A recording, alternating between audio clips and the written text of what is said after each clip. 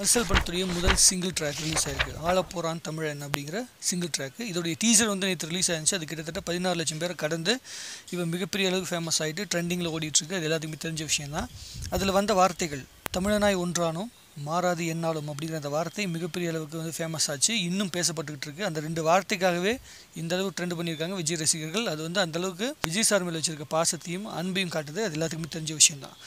இப்போ அந்த படத்துடைய அந்த ஃபஸ்ட்டு ஃபுல் ட்ராக் வந்து ரிலீஸ் ஆகிருக்கு. நிறைய வார்த்தைகள் வந்து மியூசிக் மூலமாக வந்து நமக்கு தெரிய போகல. ஆனால் அதில் நிறைய வார்த்தைகள் தெளிவான அழுத்தம் திருத்தமான வார்த்தைகள் இருக்குது. தமிழனுடைய பெருமையை சொல்கிற மாதிரி. அதாவது ஆலப்போரான் தமிழன் அப்படிங்கிற வார்த்தையை வந்து தமிழ்நாட்டு ஆலப்போரான் அப்படிங்கிறத விட உலகத்தை ஆலப்போரான் தமிழன் அப்படிங்கிற அளவுக்கு, அதாவது தமிழனுடைய மூளை மூலமாக, அறிவு மூலமாக, அவனுடைய டேலண்ட் மூலமாக உலகத்தை ஆளக்கூடிய நிலைமைக்கு தமிழன் போயிட்டுருக்கான் அப்படிங்கிற விஷயத்த அழுத்தமாக சொல்லிட்டு இருக்காரு இந்த பாடலாசிரியர் விவேக். அதுவும் இல்லாமல் வந்து பார்த்தீங்கன்னா நகரத்துடைய பெருமையை சொல்லியிருக்காங்க. அதே மாதிரி வந்து பார்த்தீங்கன்னா தமிழன் அப்படிங்கிற வார்த்தைக்கு உண்டான அர்த்தத்தை அழுத்தமாக திருத்தமாக வந்து பார்த்தீங்கன்னா இதில் சொல்லியிருக்காங்க.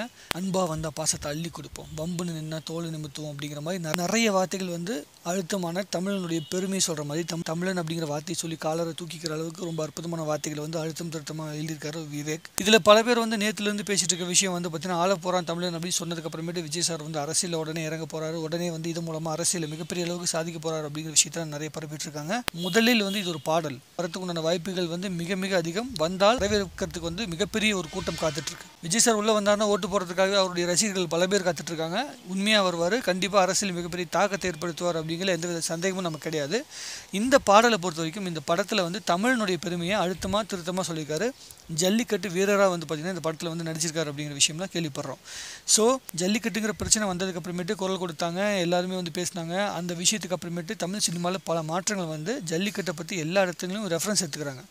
மிக முக்கியமான காரணம் விஜய் சார் தான் வந்து இப்போ ஜல்லிக்கட்டை வந்து பெருமைப்படுத்தி இல்லை பேசிகிட்டு இருக்காரு. அட்லி வந்து அதை வந்து ப்ரொமோட் பண்ணுறாரு அப்படிங்கிற விஷயத்தை மீறி நம்ம தெரிஞ்சிக்க வேண்டிய மிக முக்கியமான விஷயம் நாம் பண்ணோம். இளைஞர்கள் எல்லாருமே சேர்ந்து தான் இவங்களெல்லாம் பேச வச்சுருக்கோம் அப்படிங்கிற விஷயத்த மனசில் நம்ம எடுத்துக்கணும். விஜய் சாருடைய படங்கள் வந்து எப்படி வந்து விஜய் ரசிகர்களுக்கு வந்து எந்த அளவுக்கு வந்து இன்ஸ்பயர் பண்ணுதோ அதே மாதிரி மாணவர்கள் இளைஞர்கள் பண்ண அந்த புரட்சினால தான் இந்த அளவுக்கு இவங்க பேசக்கூடிய நிலைமை வந்திருக்கு.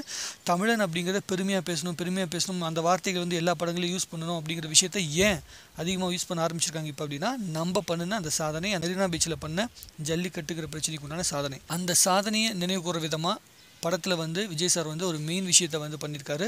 அதை இம்ப்ளிமெண்ட் பண்ணி மக்கள் மத்தியில் இன்னும் அந்த விஷயத்தை மக்களுடைய புரட்சி இன்னும் அடுத்த ஸ்டேஜுக்கு கொண்டு போகணும் அப்படிங்கிறதுக்காக அந்த தமிழன் அப்படிங்கிற பெருமையை வந்து கொண்டு வந்திருக்காரு.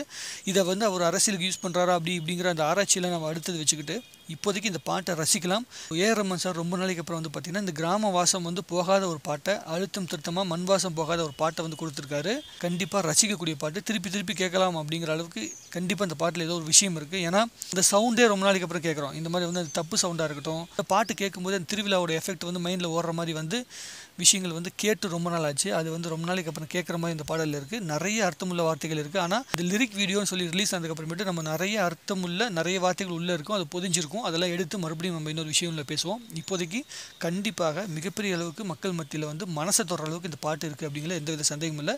யாரோட ரசிகனாக வேணால் நீங்கள் இருந்துட்டு போங்க. விஜய் சார் ரசிகனாக இருங்க, அஜித் சார் ரசிகனாக இருந்தாங்க, ரஜினி சார் ரசிகனாக இருக்கட்டும், யாராக வேணா இருக்கட்டும், தமிழன் அப்படிங்கிற திமிர் நெஞ்சில் உங்கள் வீட்டில் இருந்துச்சுன்னா இந்த பாட்டை கண்டிப்பாக நீங்கள் ரசிப்பீங்க. தமிழன் அப்படிங்கிற திமிர் இருக்குல்ல, அதுக்கான சமர்ப்பணமாக இந்த பாட்டு இருக்குது. திமிர் இருந்தால் ரசிங்க. நன்றி, வணக்கம்.